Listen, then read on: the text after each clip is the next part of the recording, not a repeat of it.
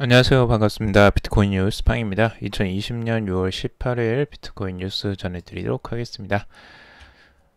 도움이 되신다면 좋아요, 구독, 댓글 달아주시면 감사하겠습니다. 뉴스 브리핑 먼저 해드릴게요. 포브스 설립자 비트코인 불안정한 금융시장 안정화시킬 수 있다라는 언급을 했습니다. 그리고 글라스노드에서 비트코인 60.63%가 최근 1년간 움직임이 없었다라고 보도가 나왔고요. 그리고 BTC가 비트코인을 2-3년간 보유한 투자자 비율이 증가하고 있다라는 소식이 있습니다. 그리고 이더리움 소액 보유 주소 수가 증가 추세에 있다라는 소식이 있고요. 그리고 홍남기 부총리 겸 이 기획재정부 장관이 암호화폐 과세 방안을 7월에 발표하겠다라고 말을 했습니다. 자, 그리고 캐나다 중앙은행이 CBDC 프로젝트 이끌 전문가를 찾는다는 소식이 있고요. 그리고 일본은 이더리움보다 리플을 더 선호한다라는 기사가 있습니다. 그리고 세계 경제 포럼 올해의 기술 선도 기업의 블록체인 기업 6곳을 선정을 했다. 라고 하고 있고요. 그리고 딜로이트에서 올해 기업 블록체인 채택률이 39%로 증가했다라는 소식이 있습니다.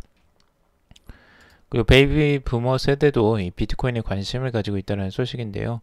비트코인 스타트업이 55세 이상 고객에 급증하고 있다는 소식이 있습니다. 자, 그럼 첫 번째 소식부터 보도록 하겠습니다. 포브스 설립자, 이 글로벌 주요 경제지죠. 포브스의 창업주인 스티브 포브스 회장은 비트코인과 스테이블코인에 대해서 긍정적인 평가를 내렸다라는 소식입니다. 16일 크립토슬레이트에 따르면 이 포브스 회장은 최근 한 인터뷰에서 비트코인이 정부 정책으로 야기된 이 불안정한 금융시장을 진정시킬 수 있다라고 언급을 했다고 합니다. 그는 정부가 이 코로나19로 침체된 경제를 살리기 위해서 양적 완화 정책을 시행해 무조건적인 신용을 제공하고 있다라고 하면서 이러한 상황에서 암호화폐가 기술적인 구조 요청으로 부상했다라고 평가를 하고 있습니다. 최근에 이제 각국에서 이 양적 완화 정책으로 통화량이 급격하게 늘어나는 것에 대해서 많이들 우려를 하고 있고, 이 인플레이션으로 인해서 이 비트코인의 가치가 상승할 것이다라는 전망들을 하는 전망치들이 많이 나왔는데요. 여기에 대한 이제 비슷한 이야기인 것 같고요. 다만 이제 포브스 회장은 이 비트코인의 막대한 변동성과 그리고 2,100만 개로 고정된 공급량은 문제가 될 수 있다라고 지적을 하고 있습니다. 그는 비트코인이 대중화되기 위해서는 이 정책 및 규제 측면에서 노력이 필요하다라고 강조를 했고요. 회장은 이 가치 생성을 위해 이 공급량을 제한시키는 것은 비트코인 창시자가 실수한 것이다 라고 하면서 화폐는 상거래를 지원하기 위한 것이지 경제를 통제하고 희소성을 통해 기업을 방해하기 위한 것이 아니다 라고 설명을 하고 있습니다. 또한 암호화폐가 위기 대응 수단으로서의 한계를 넘어 대중화되기 위해서는 시장이 훨씬 더 쉬워져야 한다라면서 변동성을 잡는 기술도 개발되어야 할 것이다 라고 강조를 하고 있습니다. 한편 또 포브스 회장은 최근 인기를 얻고 있는 스테이블 코인이 대부분의 디지털 자산보다 낫다라는 평가를 남겼습니다. 특히 대기업에서 주도하고 있는 스테이블 코인 프로젝트가 향후 강세를 나타낼 것이다라고 전망을 하고 있는데요. 그 중에 이제 유명한 게 그 페이스북의 리브라겠죠. 이 스테이블 코인 시장이 급격하게 발전하고 있다라고 보면서 가까운 미래에 투기성 디지털 자산보다는 우수하다는 것이 입증될 것이다라고 전망을 하고 있습니다. 스티브 포브스 회장은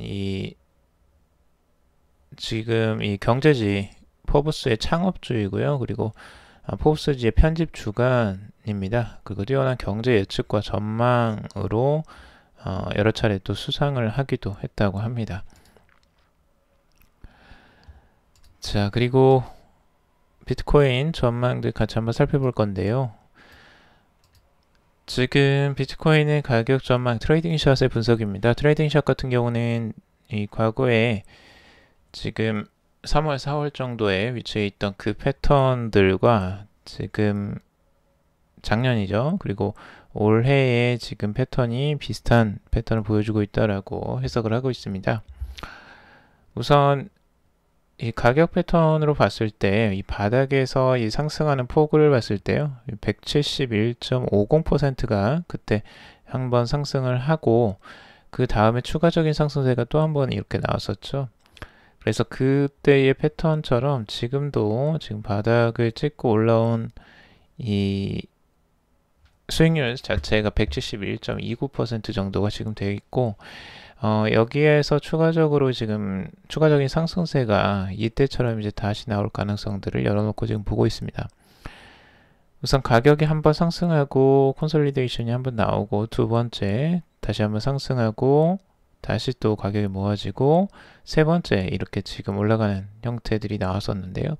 이 형태가 한 번 더 이제 추가적으로 이게 반복이 된다면 추가적으로 한 번 더 나오지 않겠느냐라고 분석을 하고 있습니다. 그리고 RSI도 지금 한번 상승을 하고 내려오면서 이 삼각으로 수렴하는 형태들을 지금 보여주고 있는데, 이 형태도 이제 비슷한 유형으로 지금 가고 있다라고 지금 보고 있죠. 그래서 더 이상 이제 하락하지는 않고 바닥 지점에서 계속 가격 그 RSI가 모아지는 형태, 이 삼각으로 수렴하는 형태들을 지금 보여주고 있는데, 이 형태가 지금 비슷한 유형으로 지금 가고 있다. 그리고 가격이 오르고 이렇게 가격이 횡보를 하는 이런 형태들도 지금 수렴 과정들도 비슷하다라고 지금 해석을 하고 있습니다. 그래서 과연 이때처럼 또 한 번의 상승이 나올 수 있을지는 한번 지켜봐야 될 것 같고요.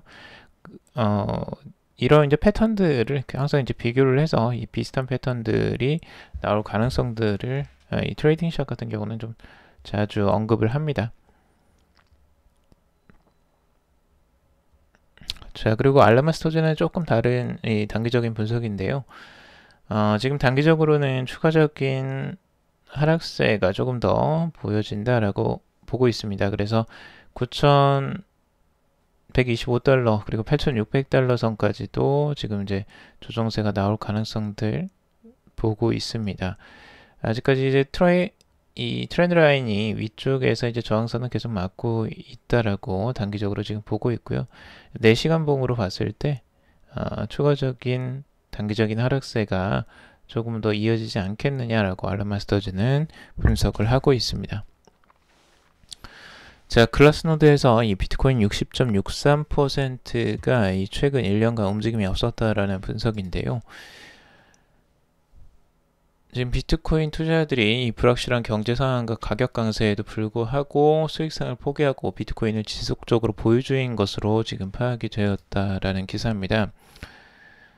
암호화폐 데이터 분석 업체인 글래스노드에 따르면 이 15일 기준 최근 1년간 움직임을 보이지 않는 비트코인의 비율이 총 60.63%라면서 이 온체인 데이터 상에서 비트코인 소유 추세가 뚜렷해지고 있고, 실제로 2018년 사이클 하락 당시 비트코인을 매집한 투자자들이 수익화에 나서지 않고 이를 계속 보유하고 있는 것으로 드러났다라고 하고 있습니다. 비트코인은 4년 이상 거래가 발생하지 않았음에도 불구하고 이와 같은 추세를 유지하고 있다라고 전하고 있습니다.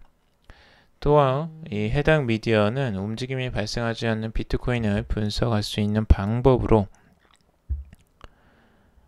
투자자들은 비트코인 보유 기간별로 그룹화한 방식인 호들웨이브라는 방식을 언급했는데요. 이는 비트코인 보유 및 사용 변동 현황을 거시적으로 보여주고자 이 미국 블록체인 금융 서비스 기업인 언체인드 캐피털에서 적용한 방식이라고 합니다.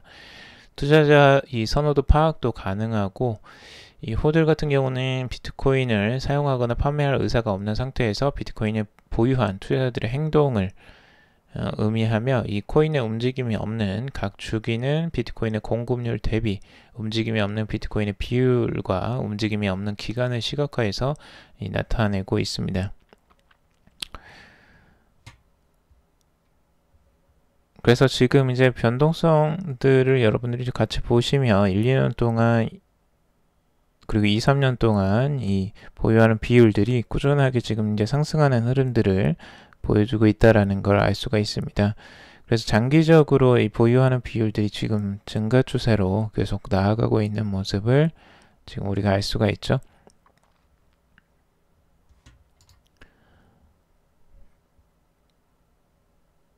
그리고 코인데스크의 브루즈 반자 언체인드 캐피털 공동 창업자 겸 CSO 의 말을 인용해서 이 호드웨이브 데이터는 6,000달러에서 3,000달러 선으로 가격이 하향됐던 2018년 당시 비트코인을 구매하고 현재까지 이를 보유하고 있는 투자자들을 나타낸다라고 하면서 실제로 투자자들이 이 비트코인을 가장 많이 보유한 시점은 10년 이상이 31%, 2, 3년 이상이 26%이다라고 하고 있습니다. 2017년 이래로 2, 3년간 비트코인을 보유한 투자자의 비율은 금년에 가장 높은 것으로 드러났다라고 하고 있습니다. 그리고 한편 야신 엘만지라 이 ARK 인베스트먼트 매니지먼트의 소속 애널리스트는 2, 3년간 이 비트코인을 보유한 투자자들의 비율이 증가한 것으로 전망을 했고요. 또 비트코인 보유 기간이 2, 3년인 투자자들의 경우 최고 가격에 도달하는데 비트코인을 구매한 뒤 지갑을 분실하거나 코인베이스에 로그인을 할 수 없는 개인 투자자들과 같은 역할을 할 것이다 라고 말을 했습니다.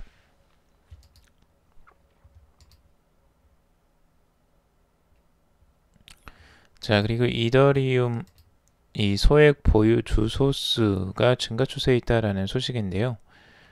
암호화폐 미디어 AMB 크립토가 암호화폐 데이터 분석 업체인 코인매트릭스의 최근 보고서를 인용해서 3월 12일 암호화폐 시장이 폭락을 경험한 이후에 이더리움 소액 보유 주소수가 뚜렷한 증가 추세를 나타내고 있다라고 전하고 있습니다. 해당 미디어는 이더리움 소액 주소수 증가는 이더리움 2.0 이 비콘 테스트넷 출시가 임박했다는 것과 연관이 있다라고 보고 있고요. 또 단일 주체가 자신의 이더 보유 물량을 여러 개 주소에 분산시키고 있을 가능성도 배제할 수 없다라고 하고 있습니다. 최근에 이더리움의 일일 활성 주소수와 트랜잭션 수는 꾸준하게 증가하고 있으며 이 활성 주소수가 증가가 이더리움 강세 지표라고 단정지어 말할 수는 없지만 최근 활성 주소수는 2018년 1월 수준을 따라잡았다라고 설명을 하고 있습니다.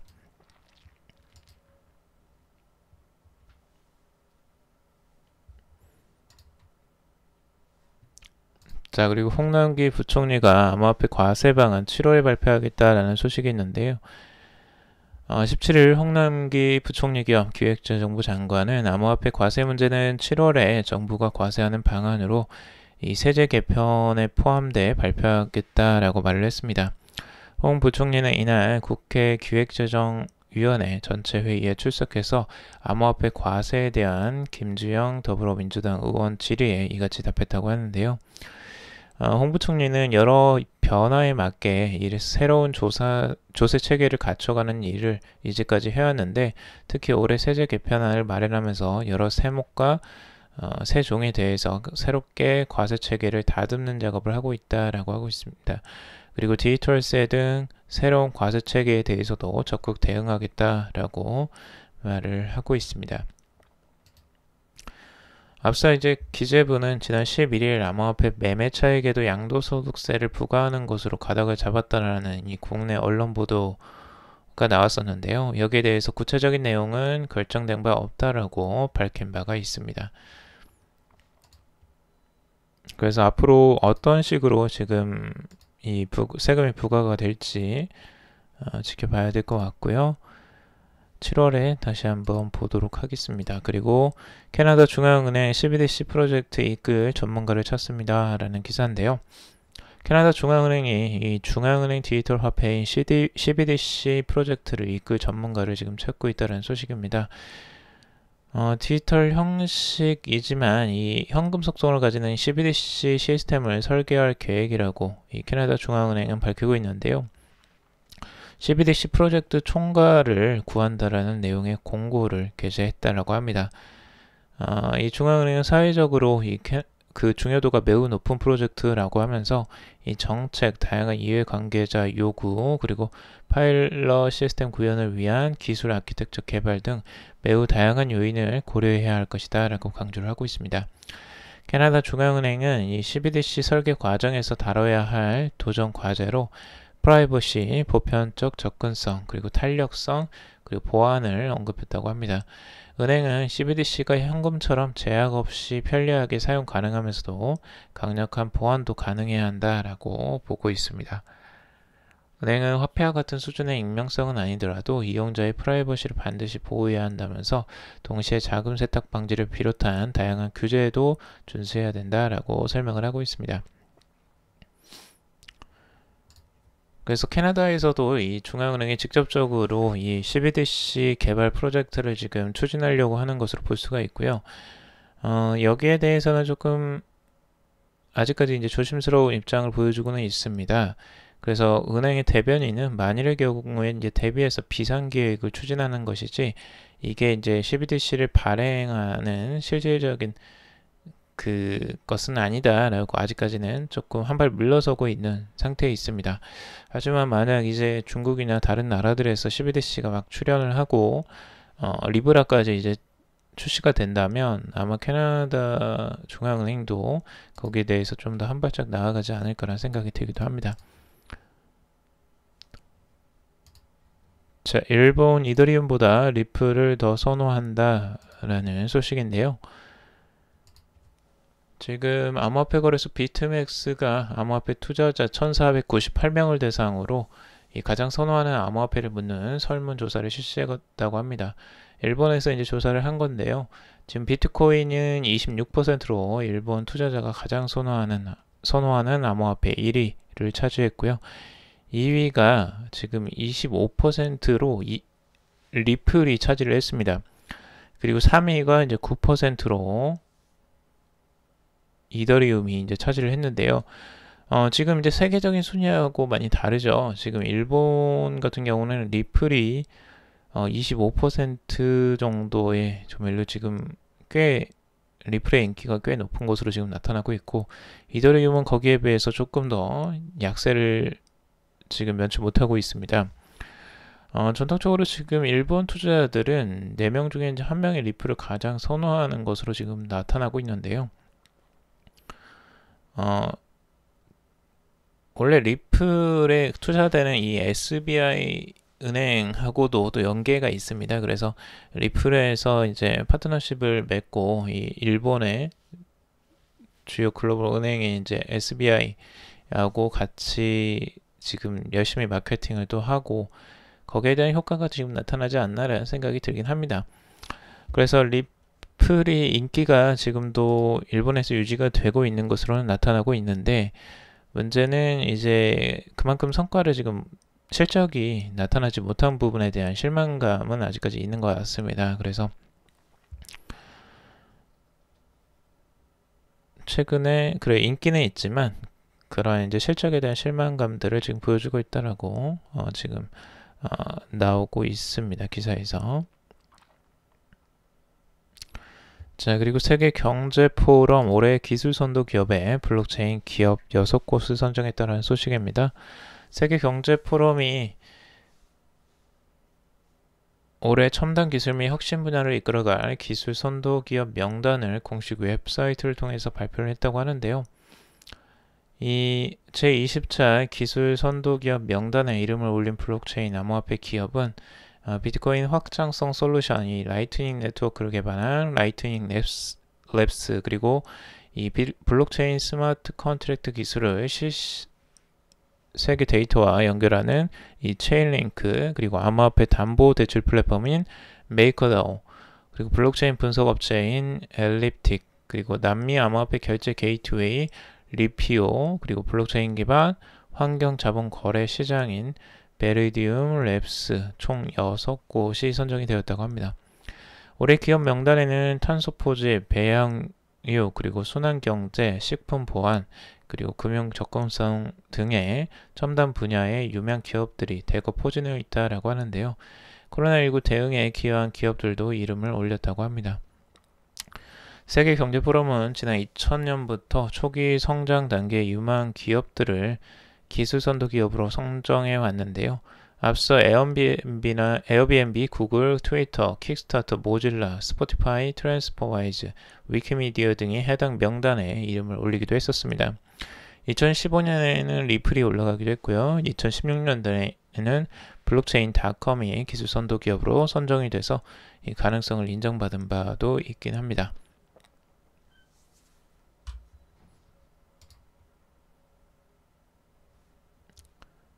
자, 그리고 딜로이트 올해 기업 이 블록체인 채택률이 39%로 증가했다 라는 소식이 나오고 있는데요. 글로벌 회계 컨설팅 업체인 딜로이트가 최근 발간한 보고서를 통해서 올해 전 세계 기업들이 블록체인과 디지털 자산 도입을 가속화하고 있다라고 진단하고 있습니다. 딜로이트는 14개 국가 소재 기업의 고위 관계자 및 실무자 1,488명을 대상으로 설문조사를 실시했는데요. 그 결과 응답 기업의 39%가 이미 블록체인 기술을 비즈니스에 적용하고 있다라고 답을 했습니다. 이는 지난해 23%보다 16%가 증가한 수치입니다. 응답 기업의 55%는 이 기업 전략 우선순위 5가지의 이 블록체인을 언급했는데요. 82%는 이미 블록체인 전문 인력을 신규 채용하고 있거나 1년 내 고용을 예상한다 라고 답을 했습니다. 블록체인의 미래를 긍정적으로 전망하는 기업 비율도 높았다고 하는데 응답 기업의 88%는 이 블록체인 기술이 광범위한 확장을 통해 대중화를 이룰 것이다 라고 내다보고 있습니다. 기업의 혁신 추진 동기에 대해서 응답 기업의 86%는 이 경영진이 블록체인을 활용한 강력한 비즈니스 사례를 제시했기 때문이다 라고 답을 하고 있습니다. 그리고 블록체인 채택률은 국가마다 다르게 나타났다고 하는데 블록체인 기술을 도입했다라고 응답한 미국 기업은 31% 수준으로 비교적 저조했다고 합니다. 중국 기업이 59%, 아시아 태평양 지역이 53%, 그리고 아일랜드 48%, 그리고 아랍에미레이트가 43%로 비교적 높은 비율을 보여주었다고 합니다. 여기서 보면은 이제 중국이 지금 도입이 가장 빠르고 있죠. 시진핑 주석이 직접적으로 이제 블록체인 기술에 대해서 언급을 하기도 했었기 때문에 더더욱 탄력을 받고 여기에 투자를 많이 하는 것으로 지금 볼 수가 있습니다. 자, 그리고 베이비 부머 세대도 이 비트코인에 관심을 갖는다라는 소식인데요. 비트코인 금융 스타트업인 리버 파이낸셜의 이 베이비 부머 세대 고객이 최근 크게 늘고 있다라고 블룸버그의 보도가 있었습니다. 샌프란시스코에 기반을 둔 리버 파이낸셜은 이 비트코인 부머스라고 불리는 이 55세 이상 신규 암호화폐 투자자들의 증가에 힘입어서 올해 들어 고객 숫자가 매월 2배 성장했다라고 밝히고 있습니다.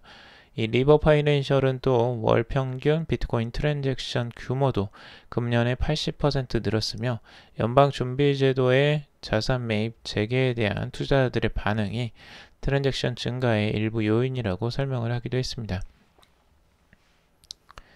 그리고 이 회사의 최고 경영자인 알렉스 레이시만은 2020년 초 이후에 우리가 목격하고 있는 트랜잭션 증가는 연준의 전례 없는 이 통화정책 개입에 일부 기인한다라고 밝히고 있고 그는 55세 이상 고객들이 3월 이후에 회사 트랜잭션 증가에서 77%를 차지하면서 이 폴 튜더 존스와 같은 유명 투자자들이 비트코인 투자 사실이 보도되면서 비트코인이 더 많은 사람들에 의해 받아들여졌다라고 분석을 하고 있습니다. 그래서 이제 세대가 이 베이비 부머 세대까지도 그러니까 투자를 좀 비트코인이 꺼려했던 베이비 부머 세대도 이런 이제 한 스타트업을 통해서 이 비트코인의 투자가 늘어나고 있는 것으로 지금 볼 수가 있는데요. 전체적인 투자 비율은 아무래도 다른 통계치들을 조금 더 살펴봐야 될 것 같습니다. 자, 오늘 여기까지 정리를 해봤습니다. 여러분들 도움이 되셨길 바라고요. 도움이 되셨다면 좋아요, 구독, 댓글 달아주시면 감사하겠습니다. 투자에 관련된 정보들 참고사항일 뿐이고 조언이 아니니 투자하실 때 여러분들 스스로 꼭 판단하시고 결정하시길 바라겠습니다. 금일도 방송 들어주셔서 정말 감사합니다.